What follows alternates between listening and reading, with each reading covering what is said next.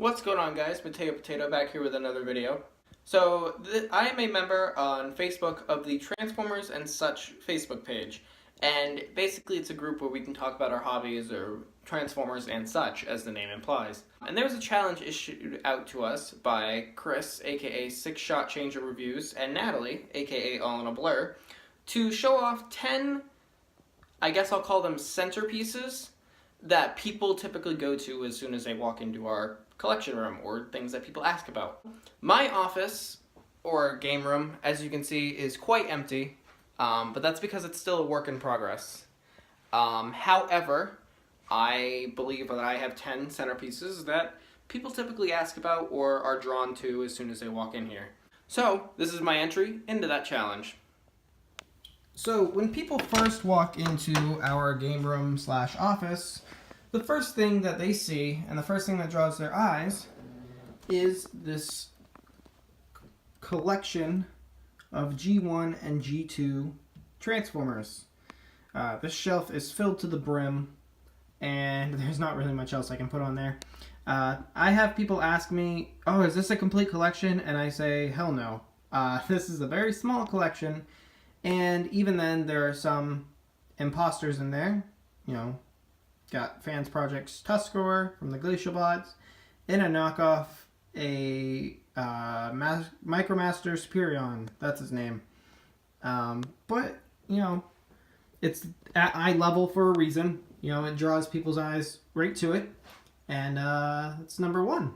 Number 2 is this big old shelf up here, but it's not necessarily everything on the shelf. It's mainly Unicron, the Heralds, and Primus. It's kind of like a good versus evil type of thing, and people who have seen the 86 movie, you know, recognize that, be like, oh, that's really cool how you did that, and, you know, so that's number 2. Number 3, good old Masterpiece Prime. It's the Year of the Horse version. It's missing a couple bits, but it doesn't really matter. He looks wonderful, you know, standing in charge of this little, Masterpiece Autobot army I've got going on here. You know, I have people who come over and say, oh, that's a really cool Optimus, and it looks really neat, and it's just like a nice centerpiece. So that is number 3. Number 4 is the very first why that I get. People come in here ask why I have him hanging on the wall when the rest of my display from the 80s and 90s is on a shelf.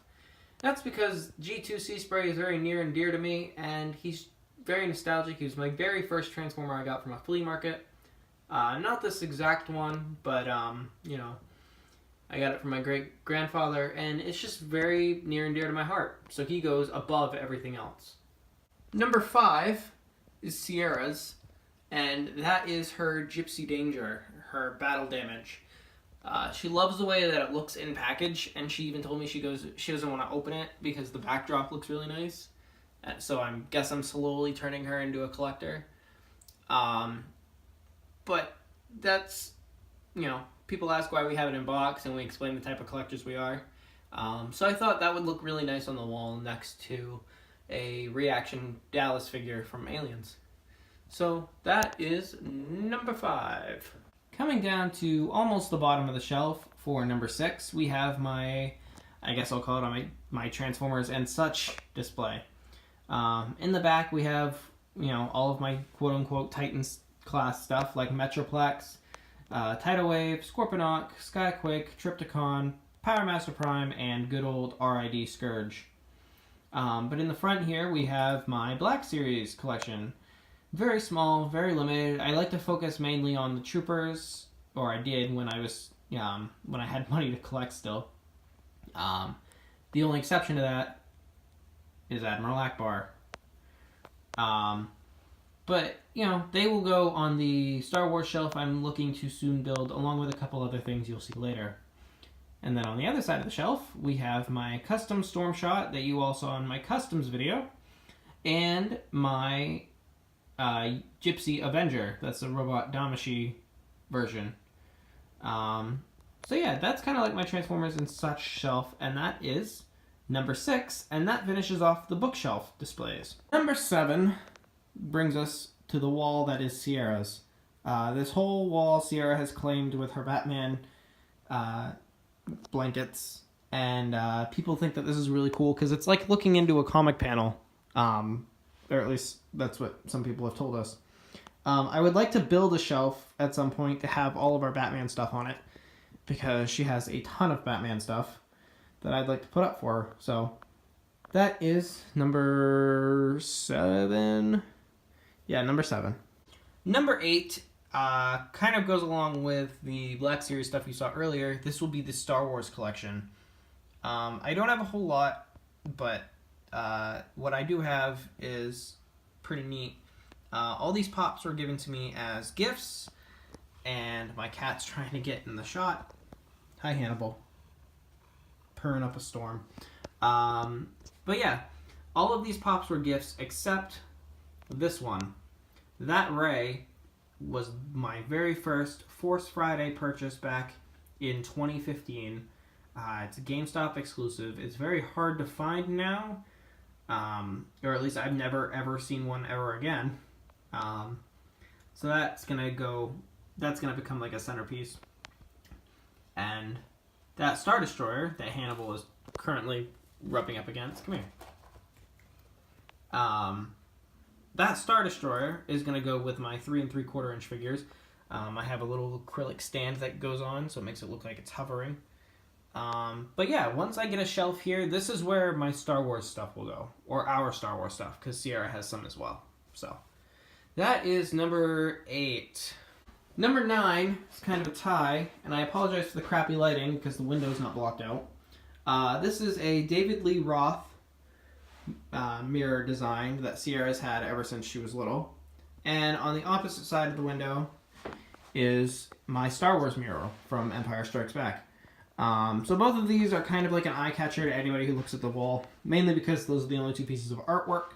But I am looking to hang up some more. I've got a TF Nation postcard that some very friendly people were able to mail over to me. You know who you are. Thank you so much.